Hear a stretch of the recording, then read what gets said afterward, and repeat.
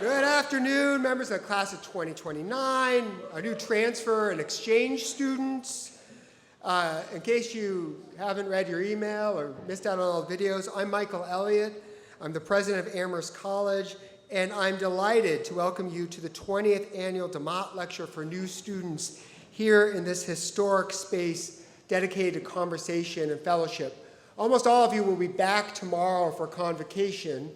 I'll be wearing a funny hat then, and I'll tell you a little bit more about this space and some of the portraits around it. Today, I want to tell you a little bit about what we're engaged in.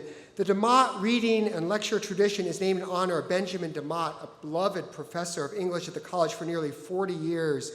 Ben DeMott was a public intellectual and an earlier practitioner of what would come to be called cultural studies, writing books about articles about race, class, and gender in contemporary America. He was known for doing provocative things like teaching classes on Shakespeare and Springsteen.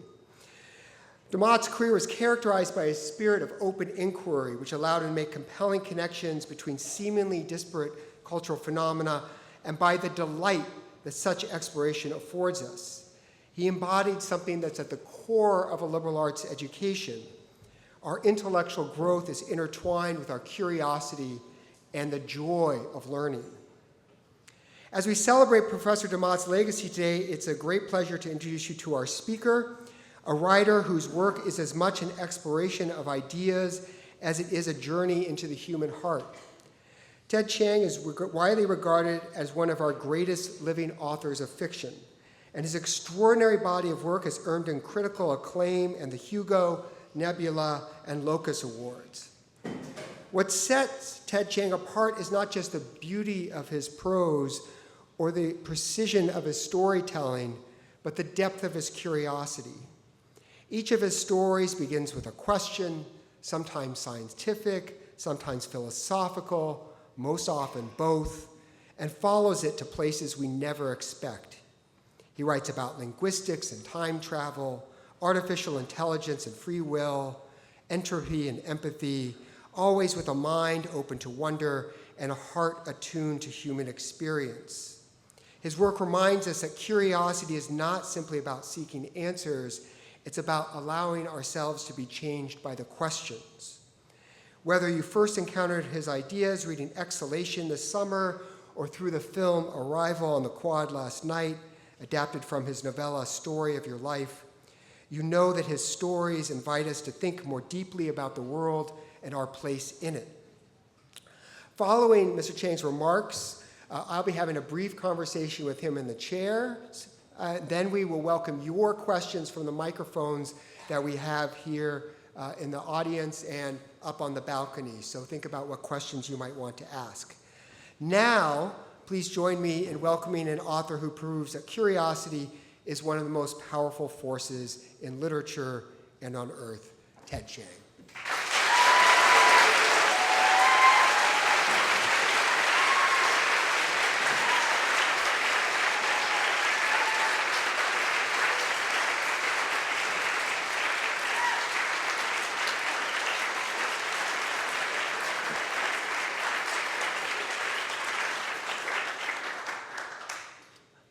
Hi, everyone. Thank you so much for having me here. It's a pleasure. So I'm going to talk a little bit about free will and whether we as human beings have it or not. I feel like there have always been people who argue that we don't have free will, and those arguments have taken a lot of different forms over time, and I want to push back against all of them. This is not going to be a philosophy lecture because I'm not a philosopher and I'm not qualified to give such a lecture. I'm just going to give you my perspective on the topic as a science fiction writer. But if you are interested in learning more, I strongly encourage you to take some philosophy courses while you are here. If you've ever read any Greek mythology, you're aware that the idea of fate and destiny play a major role in those stories. In the Greek pantheon, there were actually 3 goddesses who were known as the Fates, and whenever a child was born, their job was to assign that child a destiny. I'm not saying that the people of ancient Greece literally believed in the existence of these three goddesses, but I think the importance of destiny in Greek storytelling says something about how they understood the universe to operate. Characters in Greek mythology occasionally become aware of their destiny, usually because they hear it from an oracle or a prophet. However, hearing a prophecy about their future never helps anyone avoid a terrible outcome. Let's take the myth of Oedipus as an example. When Oedipus is born in the kingdom of Thebes, it is prophesied that he will kill his father and marry his mother. So his parents have the infant abandoned on the side of a mountain to die of exposure. But a shepherd finds him and brings him to the city of Corinth, where he's adopted by the king. Later, when Oedipus becomes an adult, he consults an oracle to learn more about himself, and he himself learns that he is destined to kill his father and marry his mother. To prevent that from happening, he moves away from Corinth and unwittingly winds up back in the city of Thebes, where, unbeknownst to him, he was originally from. He gets into an argument with a stranger and kills him, and then he marries the queen of Thebes. Many years later, he discovers that the stranger was actually his father, and the queen is actually his mother. The queen kills herself, and Oedipus pokes out both of his eyes. Stories with this general shape are found in mythologies of many cultures all around the world. Characters hear a prophecy and take steps to keep that prophecy from coming to pass, but they never succeed. In fact, their actions are precisely what enables the prophecy to come true. And this remains a very common trope. You've probably encountered some version of it in a book or movie or television show. And what these stories are saying is, you cannot escape your fate. No matter how hard you try to avoid it, your destiny will eventually find you. These stories are sending you the message that you don't have free will. So, what was the first story where a character receives a prophecy and then prevents it from coming true? I believe it was in 1843 in A Christmas Carol by Charles Dickens. Ebenezer Scrooge is shown a vision of the future by the ghost of Christmas yet to come. And he learns that he dies alone, that his servants steal his possessions once he's dead, and no one attends his funeral, and no one has a good word to say about him.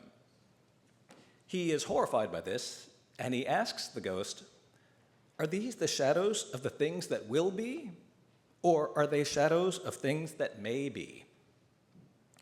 What Scrooge is asking, essentially, is, do I have free will? He doesn't want the future that he's witnessed to come to pass, and so when he returns to the present, he resolves to change his ways and become a better person. Scrooge has received a kind of prophecy about his future. He takes steps to keep it from coming true, and this is the crucial part, he is successful. I believe this is the first time this happens anywhere in literature. So, what happened between Oedipus Rex and A Christmas Carol? I think the difference is that in the ancient world, it was very common to believe in fate, while in the modern world, it became more common to believe in free will. There was a philosopher in ancient Rome named Seneca, and he said, "Fate leads the willing and drags along the reluctant." 2,000 years later, the president, Franklin Delano Roosevelt, gave a speech where he said, "Men are not prisoners of fate, but prisoners only of their own minds. They have within themselves the power to become free at any moment." That shift in perspective is reflected in the difference between Oedipus Rex and A Christmas Carol. Most people in ancient Greece would not have been receptive to A Christmas Carol because it would not have aligned with how they understood the universe to operate. It's only when the idea of free will is widely accepted that a story like A Christmas Carol becomes possible. I actually think of A Christmas Carol as the very first time travel story. Time travel stories are usually about characters trying to change their past, while A Christmas Carol is about Ebenezer Scrooge trying to change his future. But the common element is that characters are trying to change their lives for the better by using information about what is going to happen. Whereas stories about prophecies typically end with the characters trapped by fate, time travel stories typically end with the characters rewriting history in a positive direction. And so, even though time travel is almost certainly impossible, I think time travel stories are useful because they remind us that we have the power to improve our lives. In the modern world, we may no longer believe in fate in the sense of oracles issuing prophecies, but there is a very popular argument that science has proven that humans lack free will. The details of this argument vary. Some people will say that your behavior is determined by your genes, and others will say it's determined by your brain chemistry, and others will say it's determined by the environment that you grew up in. I'm not going to argue that your genes or your brain chemistry or your childhood environment don't matter. What I'm arguing is that none of those factors have decided your fate. You still have the ability to make choices. And to me, that is the essence of free will. Different people mean different things when they say free will. When some people say free will, what they mean is something like the following. When I choose freely between option A and option B, the history of the universe in which I choose option A is exactly identical to the history of the universe in which I choose option B, down to the subatomic level, starting from the Big Bang and leading up until the moment I make my decision. They are saying that they don't want their decision to be based on the firing of neurons in their brain or the interaction of atoms. They want their decision to be entirely dependent upon anything physical. That might sound appealing, but consider what that means. Under this conception of free will, what is your choice actually based on? It cannot be based on any of your experiences because those are identical in both scenarios. It cannot be based on how you were raised or what you thought about how you were raised. It cannot be based on any book you ever read or any conversation you ever had or any conclusion you ever arrived at on your own because, again, those are identical in both scenarios. A person making a decision under these circumstances is no different than that person flipping a coin at the moment. And I don't think that's what we want from free will. When people say they want this kind of free will, they are essentially saying that they want people to have immaterial souls. I don't believe that we have immaterial souls. I think that we are made of atoms and nothing else. But if I imagine for a second that you do have an immaterial soul, the question I have is, what is your immaterial soul doing to choose between option A and option B? Because here's what I think is actually happening when you make a choice, given that you are made of atoms. Your decision to choose option A or option B is the result of an exceedingly complex calculation. And the inputs to that calculation are everything that has ever happened to you in your life.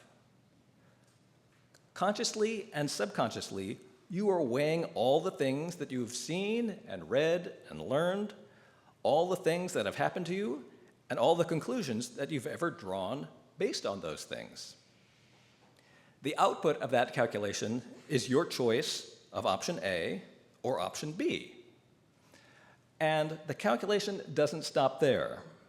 The calculation keeps going, and every decision that you make in your life becomes another input. Your choice of option A or option B will play a tiny role in what you choose the next time you are faced with a decision. In a sense, this ongoing calculation is you. If you have an immaterial soul, how would things be better? Because I think you want your decision to be the result of your life experiences being processed through your cognition. What would your immaterial soul do that is so different from the calculation that I've described? The fact that you are performing this calculation using the atoms in your brain does not make the decision process less worthy. The fact that I've described this decision-making process as a calculation might lead you to think that I believe that humans are just like computers, but that is not true. Humans are nothing like computers. We are biological organisms, and there is a sense in which all biological organisms are machines, but we are a kind of machine that is radically different from any artifact that human beings have ever built. The most complex mechanisms that humans have ever built, whether out of hardware or software, are trivial compared to what goes inside any living organism.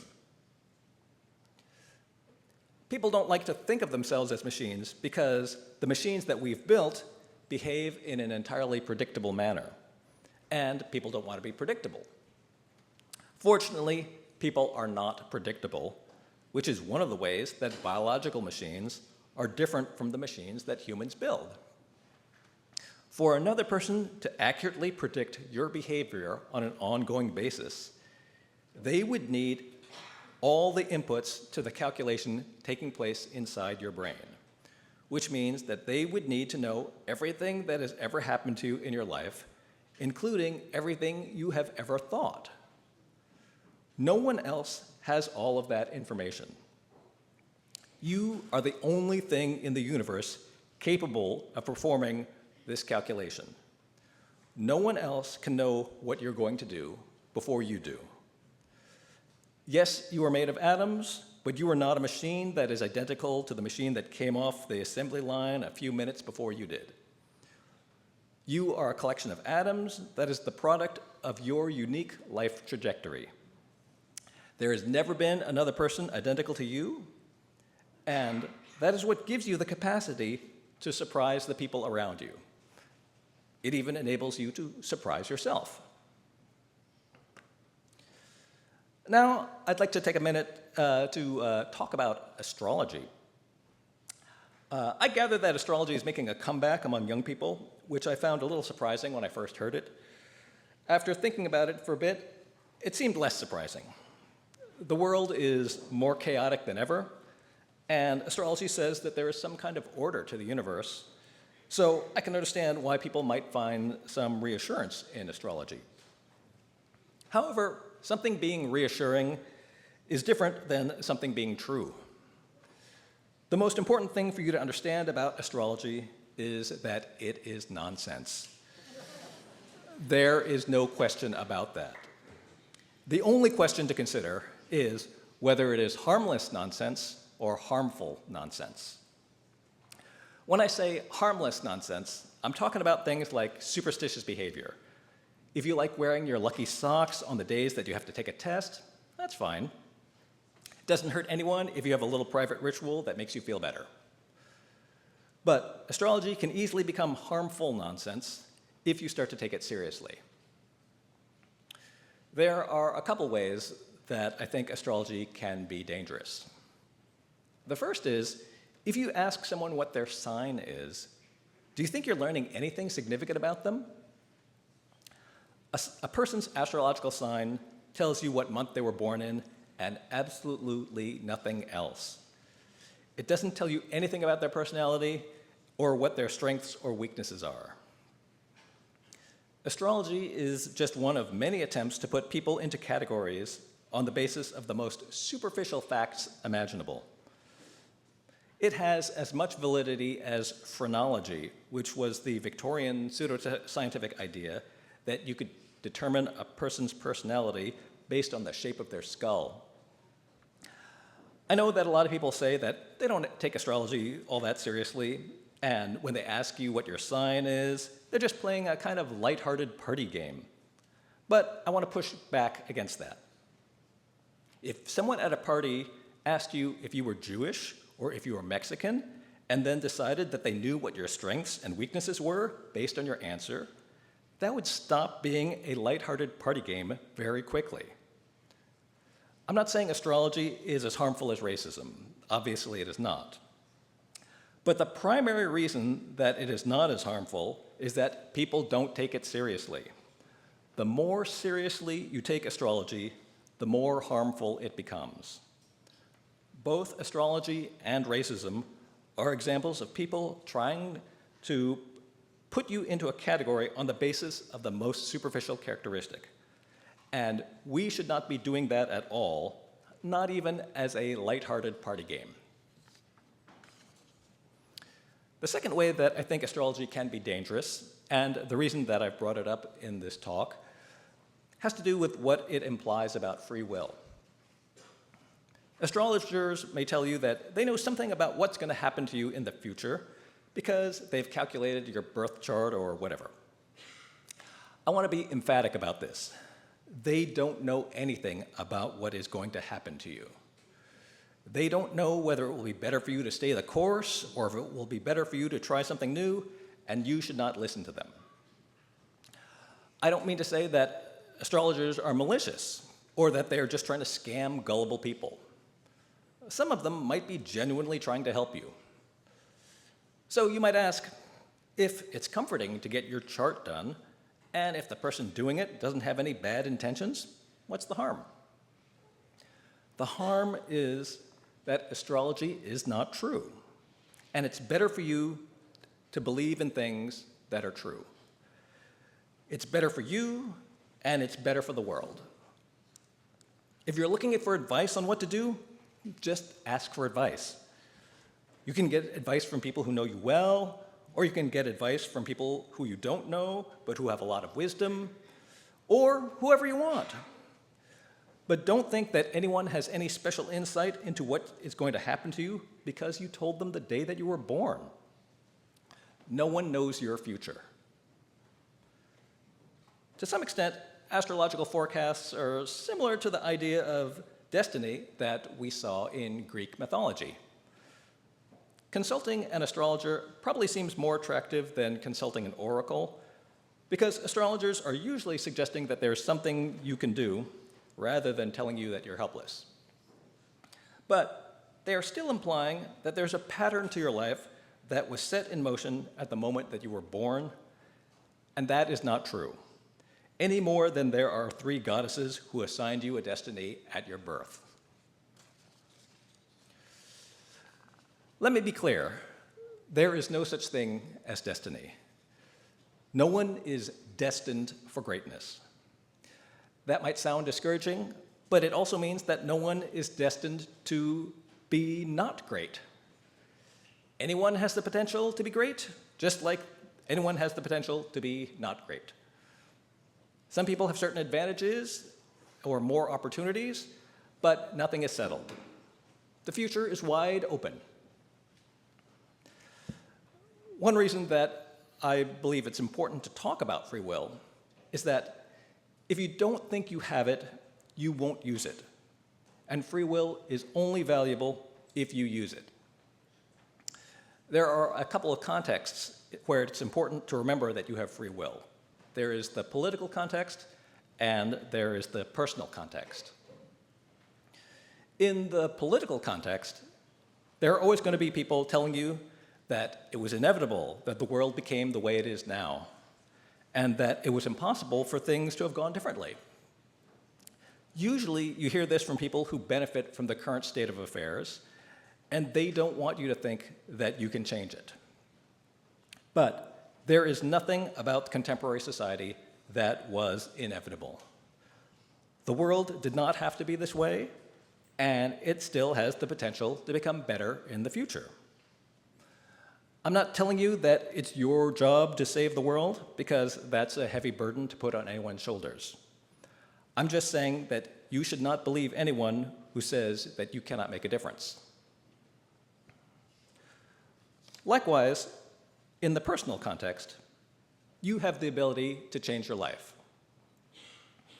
There's a psychological phenomena known as learned helplessness. And if you want to know more about that, you should take a psychology course while you're here. The basic idea is that if a person internalizes the idea that there is no action that they can take to avoid punishment, they eventually stop trying altogether. This is most obvious in cases of abuse, but I think something similar happens whenever people feel like there's nothing that they do that matters. And this is why I dislike it when anyone argues that people don't have free will.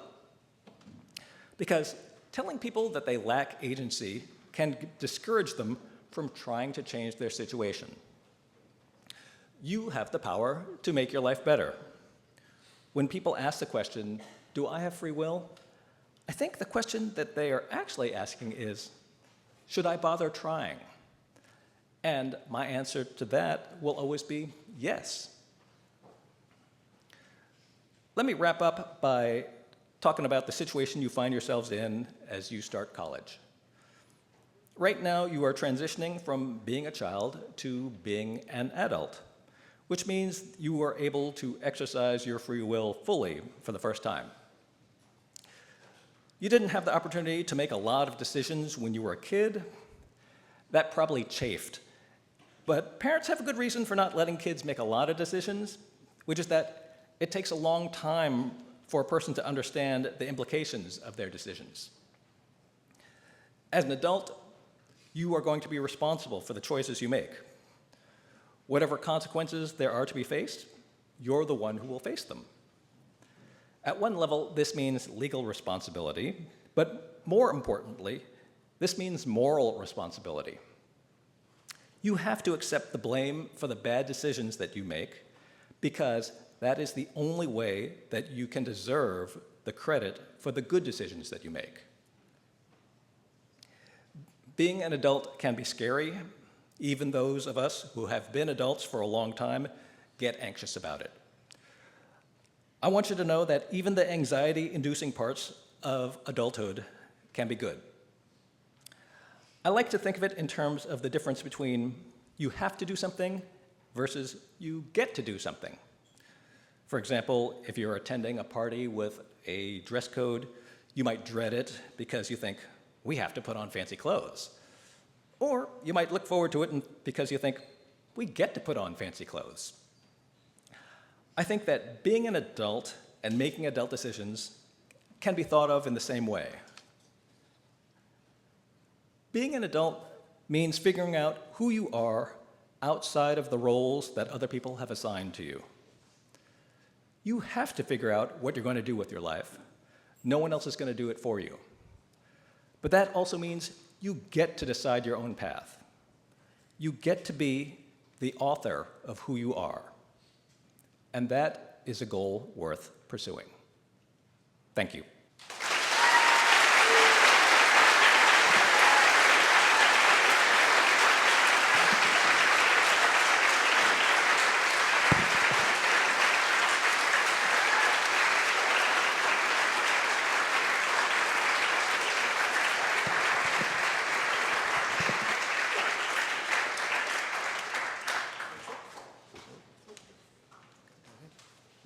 Choose your chair.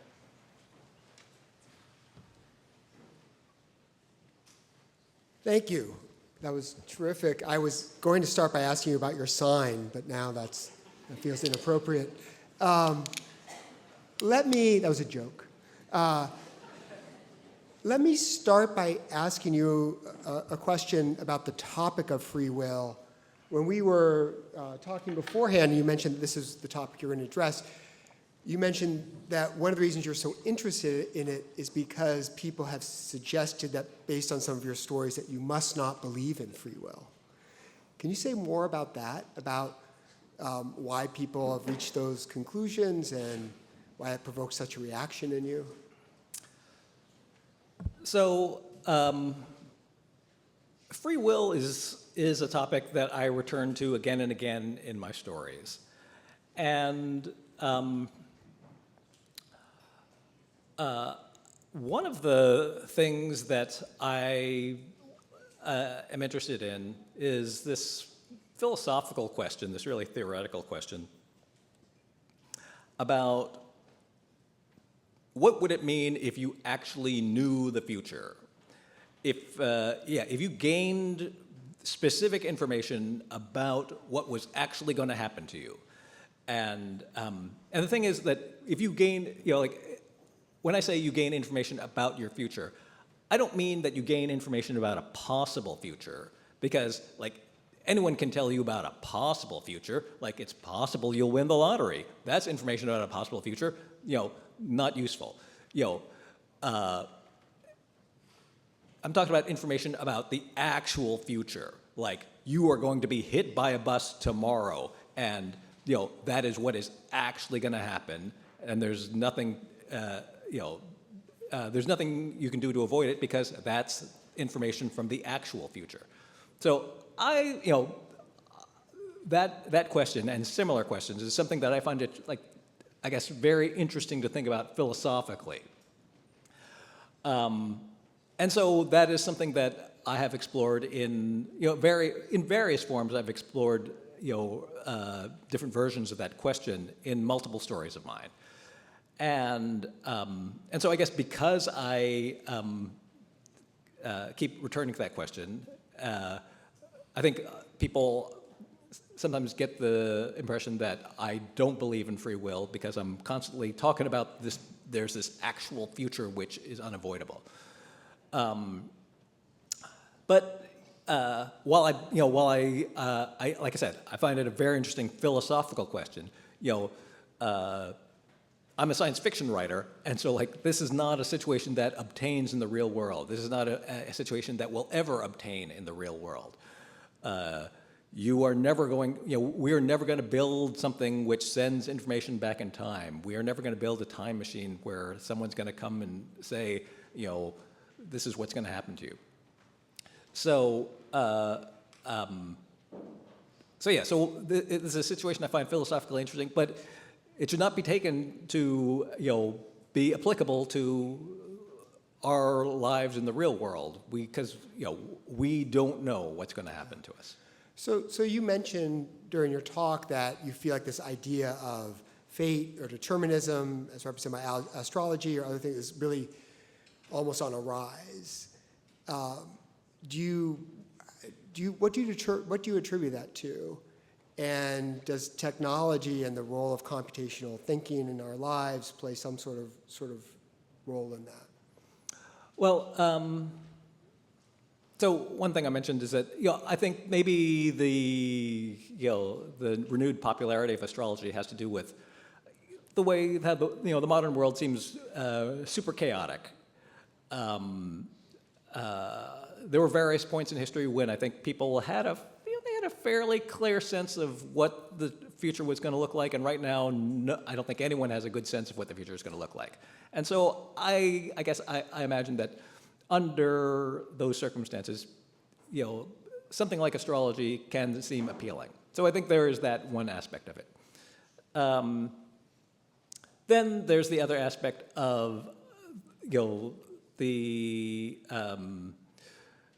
technological landscape that we all inhabit, where giant corporations are inundating us with targeted advertising. And we're constantly hearing that they know everything about us, that they are constantly monitoring everything we do, and therefore they know almost everything about us, and that's how they are able to send us targeted ads. And so I think that is an element that could cause people to wonder, yes, do I have free will, or am I just being constantly manipulated? So, and I guess I would say that just on that point, that in a philosophical sense, you definitely do have free will, because the fact that you feel weird about being manipulated means that there's a situation where you could not be manipulated, and then you would be free to do stuff.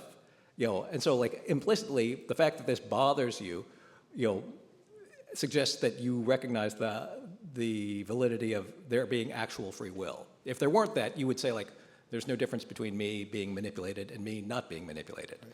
The fact that you feel like there's a difference means that there is something that you can imagine. You can imagine it being different. You can imagine wanting that.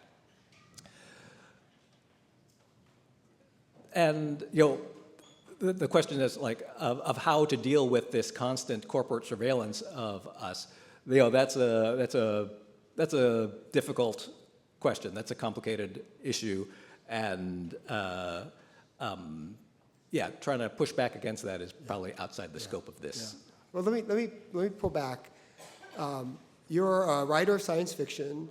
You mentioned in your talk philosophy, genetics, psychology.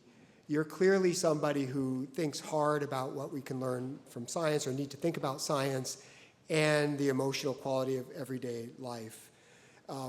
How do you think about the relationship between science and the humanities?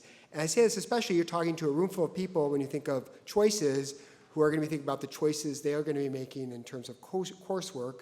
One of the qualities of Amherst is they have a lot of choice here versus some other colleges like Amherst. How would you advise them to think about those subjects and their relationships to each other? So, sometimes people ask me about the difference between science and religion, and I'm going to borrow from that to answer your question. So, in terms of science and religion, I think science and religion have these largely distinct goals. Science, the goal of science is figuring out how does the universe operate. And the goal of religion, ideally, is to answer the question, how should you live your life? And I think those are largely independent. The question of how old the universe is does not have a big effect on the question of how should you live your life? And so, with regard to the question of science versus the humanities, again, science, you learn science because it's good to know how the universe operates. The humanities, while the humanities is not the same as religion, the humanities, I'd say, is sort of an investigation into, what is the kind of life you should be living? What does it mean to live a meaningful life? What are you going to do? Because you know that you're going to live, and you know that you're going to die. And what are you going to do with your life before you die? So there is definitely some intersection between some overlap between these types of questions because knowing how the universe operates, that will play into some of your decisions about what constitutes a meaningful life. But I'd say that in some ways, maybe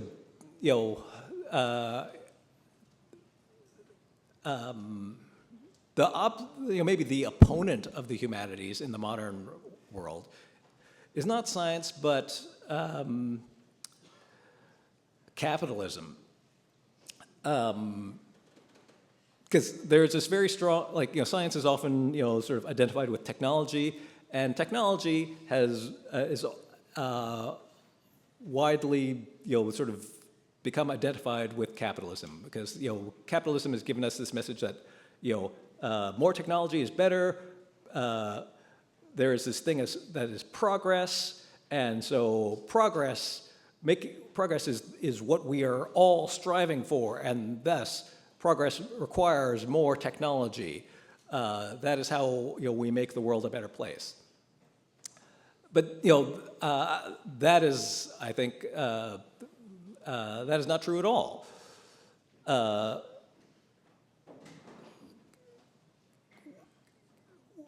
Trying to figure out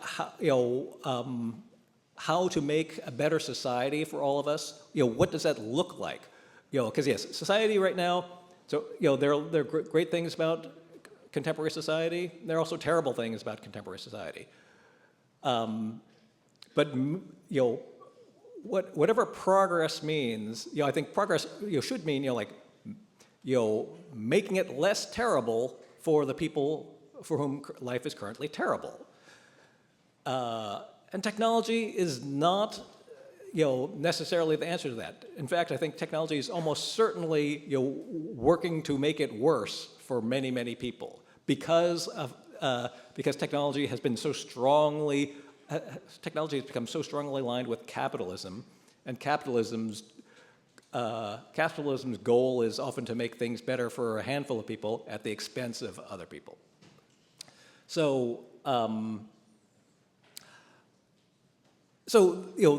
I guess in the context of talking about like whether to what extent should you be studying the sciences and the humanities, I guess I would say study the sciences. Sciences are great. Technology is good as a way of like applying the sciences, but what are you using technology for? Can you decouple technology from capitalism? Can you think about technology in the absence of, well, this is going to make some people rich? Can you let go of the idea that this idea of progress has been identified with more technology, and maybe progress in the sense of making society better for those people for whom it is not great, would not be aided by technology, and it might in fact be worsened by more technology. And so I'd say studying the humanities offers a different perspective on what are the actual beneficial uses of technology. Thanks. Let me ask one more question, and then I'll open it up. And so if you're thinking of a question, you get ready to proceed to the microphone. One of the technologies that we've all been thinking about and affected by in the last couple of years is generative AI. You've written a series of essays about generative AI that I've seen in the New Yorker. One of them is about AI and art, which was titled, I don't know, you came up with the title, Why AI Can't Make Great Art, which was the argument of the essay. Can you say, first of all, you wrote it, I think a year and a half ago now, maybe about a year ago. Has your thinking about what AI can and can't do, generative AI, changed? And how do you think about what artificial intelligence will mean for the future of art? So this article, the title was Why AI Can't Make Art, although that was not the title I chose. If I'd been able to choose the title, I probably would have called it Why AI Will Not Make Art Easy to Make. Because the question I'm interested in is not whether AI can make art on its own, but if you are an artist, will AI suddenly make your job as an artist much easier? And my conclusion was that no, it will not. If you are using generative AI, you are not actually making art. And my position has not changed on that. In fact, it's probably hardened as I've thought about it more. And so the basic, the basic gist of the argument is that art is a concentrated form of intention. Art involves being intentional about every single thing in what you are making. Whether you're writing a piece of fiction or making a painting or shooting a film or whatever, for it to be art, one of the things that's required is that someone pay close attention to every single aspect of that work. I think this is true of good work in general, whether it's art or not, but I definitely think it is true of art. And generative AI is built around the promise of small inputs and big outputs. And if you are using small inputs to generate big outputs, then you are pretty much definitionally not making decisions about every little thing. Because like whatever prompt you give to some generative AI program is tiny compared to what you are getting out of it. So it is mathematically impossible for you to have made a decision about everything that came out. You could only make a little bit. You could only offer a very small number of decisions in it. So if you are using generative AI, in the way that the companies are advertising it, where you give a small input and you get a large output, you are not engaged in like a sort of concentrated form of intention. You are producing a very diluted form of intention.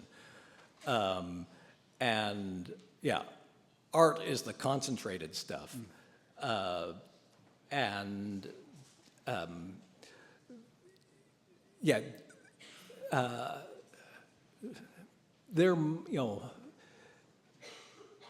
There might be ways for, there will presumably be ways where, digital technology, some advanced form of technology, will be a useful tool for artists.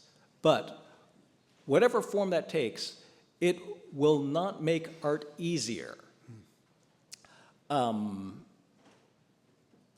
There's a philosopher named Tobias Rees, and he made the observation that the electric guitar was not a way of playing guitar faster, which I think is a really useful analogy because, the electric guitar, technological advancement, it opened up new genres of music. But it is not easier to play an electric guitar than it is to play an acoustic guitar. Electric guitar. Play it loud. It's easier to play it loud. It is, but it's not easier to do well at it.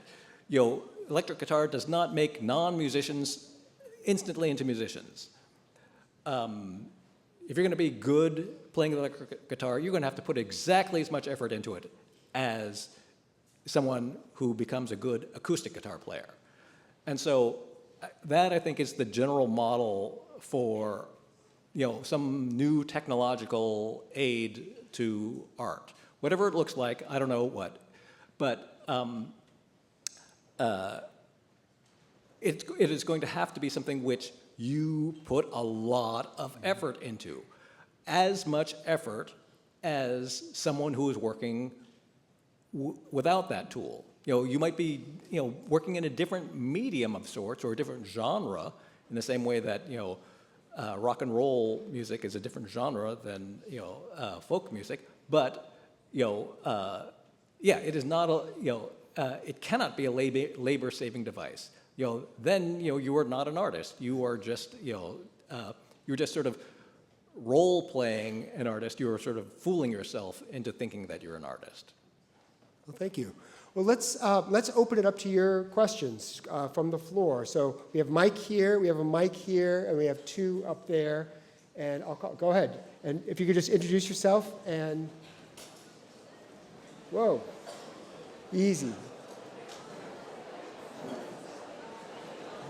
All right, let's keep there we go, volume down. Please go ahead and start. Hi. Hey everyone, I know there's milling around. There we go, thanks. Please. Hi, I'm Helen. I'm a first year here, obviously. And I think my favorite story from the book was what is expected of us. And I feel like it was probably very, relevant to the talk today. I guess my question is whether you think that if every decision we make is an incredibly complex, incomprehensibly complex calculation, what matters is whether we actually have free will or if we act as if we do have free will. Well, so like I said, I think we actually do have free will, but I think that you need to believe it in order for you to use it. Yeah, free will is something that is one of those things which, yeah, you only have it if you think you have it. Because if you don't think you have it, you are not going to use it. And then you might as well not have it. But I believe that you actually do have it, but in order for you to really use it, you need to believe it. That's my feeling. Thank you. Let's go over here. Hello, Mr. Chiang. My name is Shruti. And during your talk, I was kind of reminded of the story, The Predictor. The last line was, "Because I had no choice." So I wanted to ask, what inspired you to write this story and, interact with an idea that you fundamentally disagree with? So, one of the things that I was interested in was the idea of, is there an idea which could essentially kill you? And this is sort of a trope that's been around in a lot of fiction, where someone like somehow you learn something, and then it causes your brain to shut down. And I thought, that's a cool idea. That's an interesting idea, and what would that look like?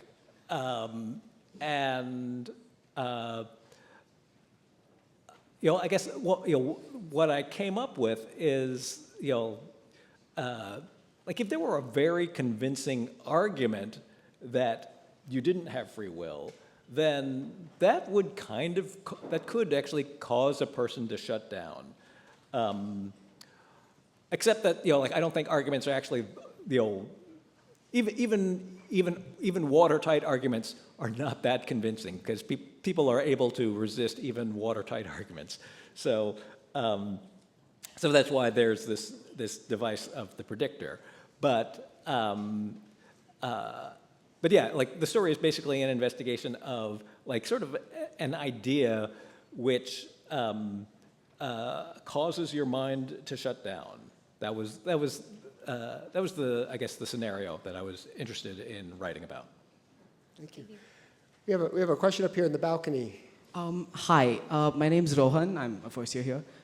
So in your lecture, you mentioned that you believe that it's more important for us to know the truth, and that knowing the truth is more helpful than, believing the truth is more helpful than not believing the truth. And I was just wondering how that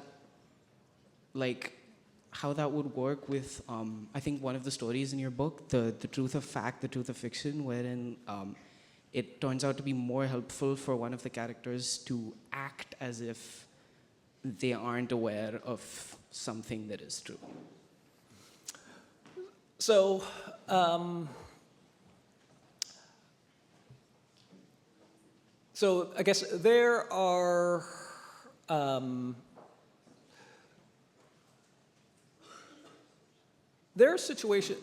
situations in which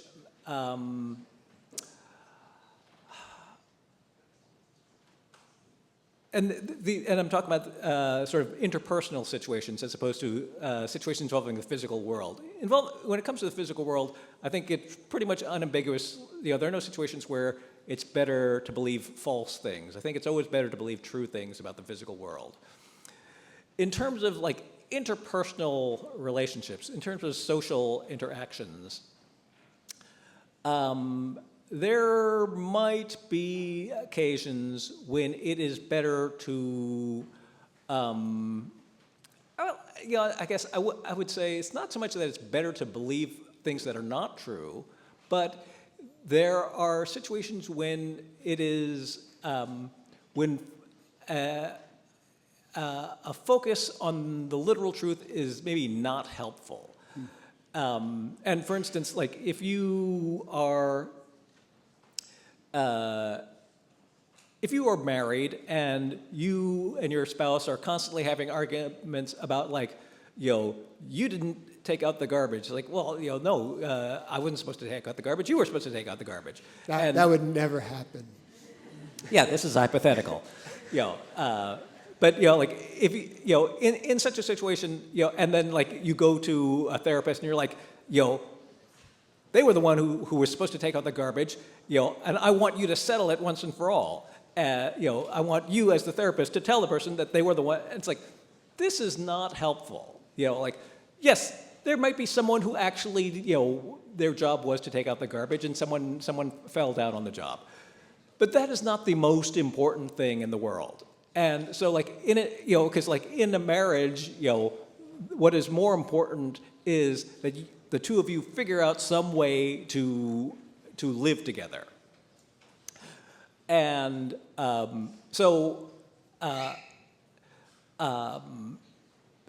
and it that in general that these are situations where yes, like you need to get along with people. Everyone, you and some other people, they need to get along, and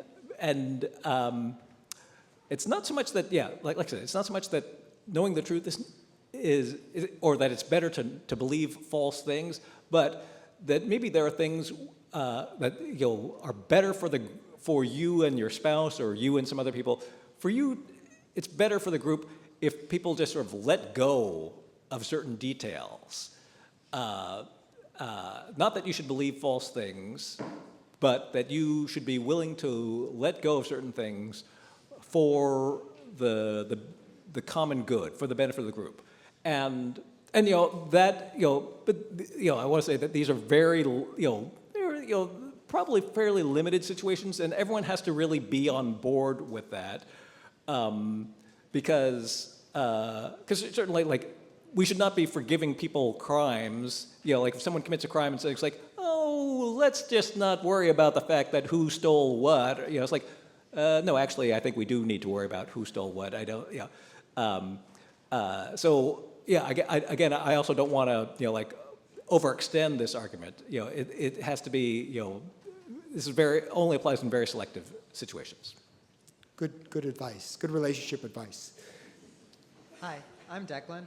And during your talk earlier, there was a specific dichotomy you posited between, I guess, the fundamental goal of religion and science that really interested me, where you said that science concerns itself with figuring out how the universe functions, whereas religion, I believe you said, concerns itself with how to lead a good life or how to live properly. And I would just like to, I'd like to ask you to maybe elaborate on what informed that perspective, because at least in my experience, for every chapter in Genesis that tells you that lopping off your foreskin is a covenant to the Lord, I think there's another chapter that I think is explaining the origins of the universe, and whether or not you may agree on a material level that that's what happens. I think, is there no world where people use religion as a means of explaining the universe around them as well? So obviously, yes, people, religions are constantly trying to make claims about how the universe works. And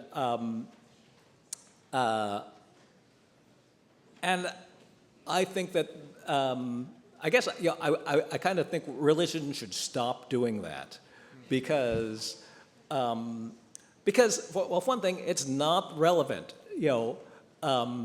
Again, like, if you want to cut off your foreskin, the age of the universe has no bearing on that question. It's not like, if the age of the universe is more than this, then time to chop off your foreskin. Like, that's not like. If Easy, that's guys. You're not going to do it here tonight. So I think that religion, for the most part, religion should stop doing that, I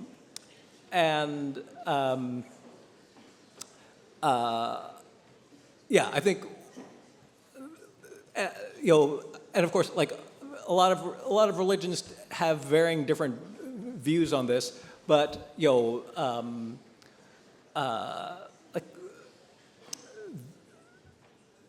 like Judaism, Judaism is an interesting example because Judaism, has a lot to say about how you should live your life, but Judaism makes almost no claims at all about like, is there an afterlife? Judaism says no, or it's like it doesn't matter. It's like,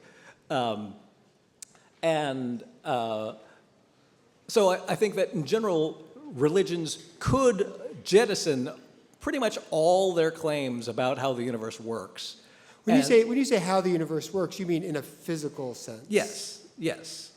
Like that, like... Not how it works in a moral sense. Well, okay, also, I guess religions, they also make this claim that, that religion, that how the universe works in a physical sense is inextricably tied to how it works in a moral sense. And I guess I think, that's a problem because, as science gains more and more knowledge about how the universe actually works, then it contradicts religion's claims on how the universe actually works. And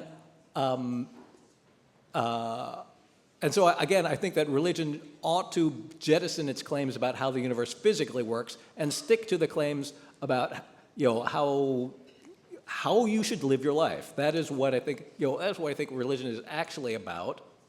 And they largely don't need to be making claims about the physical universe in order to be, advocating for a certain way that you should treat other people. Okay, all right. These are big ideas for us to think about. Let's go over here. And I have to say, if you're at the end of the line, we're probably going to start wrapping up in about 10 minutes. Hi, my name is Wyatt. I had a question because I feel like a lot of conversations about free will are kind of predicated on the unspoken agreement that for life to have meaning or purpose, there has to be free will. And I don't really agree with that idea. So I was wondering if you thought that, for example, in a world like What's Expected of Us, where we know that there is no free will, but we don't necessarily know like what's going to happen, if life could still have purpose or meaning. So, so as I said, I believe in free will, and I believe that that is part of what gives life purpose. I will say that I have spoken to a bunch of people, more than one person, who've argued that even if we knew exactly what was going to happen to us in the future, and we basically had accepted the fact that we don't have free will, they think that life would still be perfectly fine. I know someone who said that people would just sort of adopt a kind of almost Zen Buddhist calm about what would happen. It's like, okay, so like, yes, I'm going to break my leg tomorrow, and it's like, well, okay, I can now just sort of accept that and then move forward with the knowledge that yes, tomorrow I'm going to break my leg and it's going to hurt really bad, but that's okay.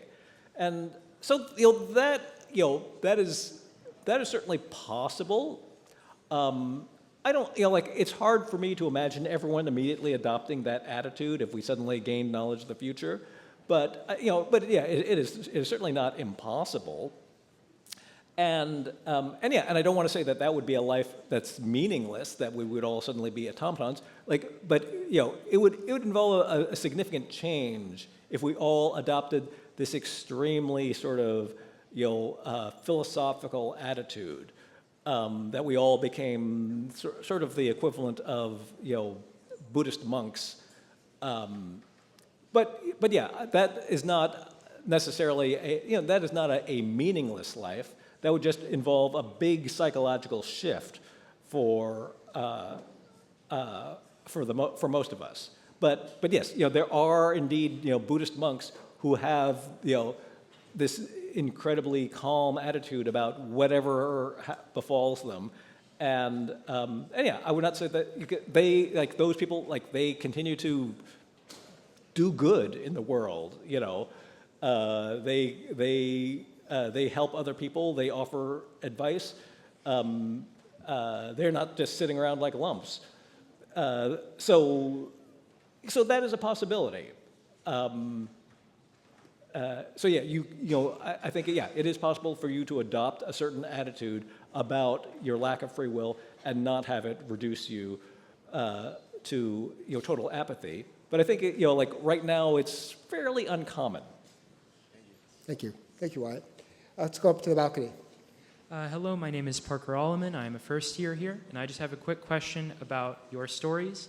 Is there any story that you've written that has made an argument towards a certain philosophy or a certain moral that years later you've been like, actually, I don't quite think I agree with that anymore? Have you changed your mind on any of these topics? Any writer's remorse? I've not changed my mind on anything. So I guess the closest I've come is that story that a couple of people mentioned, What's Expected of Us, which is about not having free will. Yeah, I guess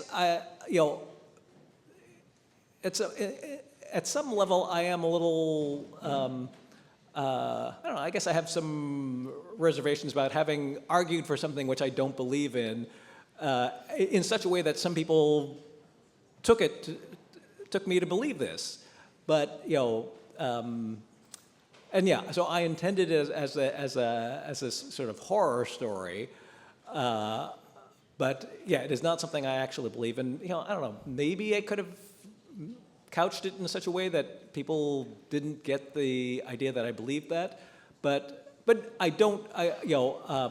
That's the closest. That's the closest I've come. That's great. This is a great story. Hi, my name is Vinka, and I'd like to ask you about the concept of societal free will, or the concept that the free will of our society, of us as a species, and maybe as a hive mind. Because I'd like to think that there are some things that are kind of inevitable about maybe certain trends or about humanity in our society. For example, like in exhalation, if I understood it correctly, it was an analogy for the second law of thermodynamics, right? About the inevitable rise of entropy in a system over time. And, whether that pertains to the universe or at large, or to, society, or for certain structures within our society. Or, for example, like the things that allowed us as a species to become the dominant species on this planet, right? And develop consciousness, those things in our genes and in our behaviors that will inevitably lead to certain trends that will happen in the future, things like wanting to take more space, and I guess technological innovation, which we were talking about earlier. So, and how those things sort of, whether like the inevitability of those things basically, and sort of how that notion of free will as a society compares to the notion of free will as an individual, and what you think are fundamentally the differences between those two, either on a microscopic or a macroscopic scale. So some people will argue that it is inevitable for humanity to just grow and expand and take up consume all resources. I don't think that actually is inevitable. So there are a lot of indigenous cultures which have basically remained, at their certain level in terms of like resource consumption. There are indigenous cultures which have, remained at a steady state of resource consumption for like 1,000 years. So I don't think, it is inevitable that humans adopt a strategy of ever consuming more and more resources. The thing is that, Europe sort of adopted a strategy of consuming more and more resources, and Europe, this strategy has been very successful in the century time frame. It does not appear to be successful over the millennia time frame, so that's a problem. But yeah, I think it's very easy to focus on the sort of short-term success of Western European, the Western European approach to resource consumption, and overlook the fact that other civilizations had a different model, which was successful for like 1,000 years. Yeah, I don't buy the narrative that this was inevitable, that this growth at all costs model was the only way. I think that there were other ways. At some level, there's the question of like if this model, like maybe this model is successful in the short term, and it could be destructive, like it could ruin the planet before like people figure out that like before people remember that there was another model. That is, that's an open question. So you think that fundamentally how the free will of our society works is the same as how the free will of a person works, basically like the sum of a bunch of parts, like kind of like a machine. I think it is entirely possible for us as a society to sort of, come to our senses and change our path. Yes, I do.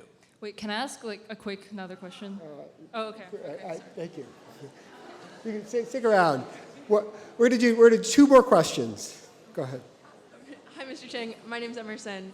I wanted to ask, because Exhalation was published in 2020 and you've written in a kind of different format sense about AI and superintelligence, are there any concepts that if you had to add a new short story that you would want to explore in the science fiction format as opposed to like publishing an op-ed? And what would you choose? Oh, well,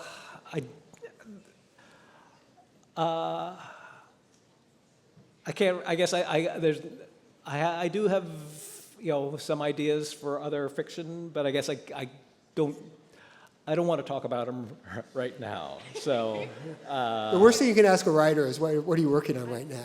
My bad, forgive me. Yeah, no, I mean it's a perfectly reasonable question, and a lot of authors would be happy to tell you. Yeah. I'm just not one of them, so I need I'm gonna punt on that question. That's fair. Thank you. Gracefully declined. Let's do a last question up in the balcony. Hi, so my name is Edie, and I'm sorry if this is a really technical question. I'm not sure if you heard of Baudrillard's theory of simulacra and simulation, or like Plato's theory of forms, but I'm curious to hear about your thoughts on this and like the descriptions of hyperreality that he uses in connection to your claims surrounding technology. Would you say that this world has gotten more or less real, so to speak, with the advancements of technology like AI and VR, and also in connection to your ideas of free will? I only know a very little bit about Baudrillard's theory, but I know that Baudrillard talked about like sort of the decay of meaning as we just get further and further removed from sort of like the original, and I do think that we are witnessing that in modern society, that we are we are surrounded by sort of pale imitations of things that were more substantial before. That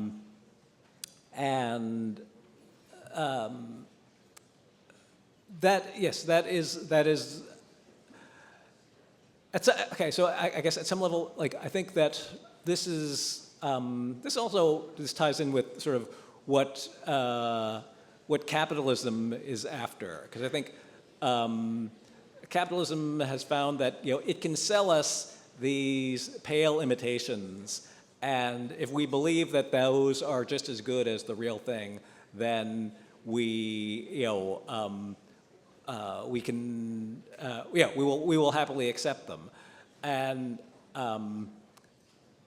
so I think to some extent one of the many reasons to sort of resist capitalism and to resist the messaging of giant corporations is the fact that they are pushing us toward paler and waterier imitations of authentic experience and authentic meaning. So,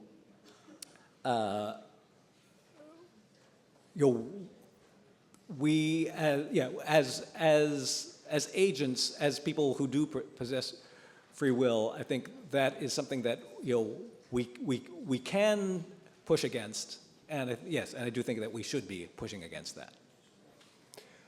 That's a great place to end, thinking about what authenticity is. If you think about, please join me. Thank you, Ted Chiang.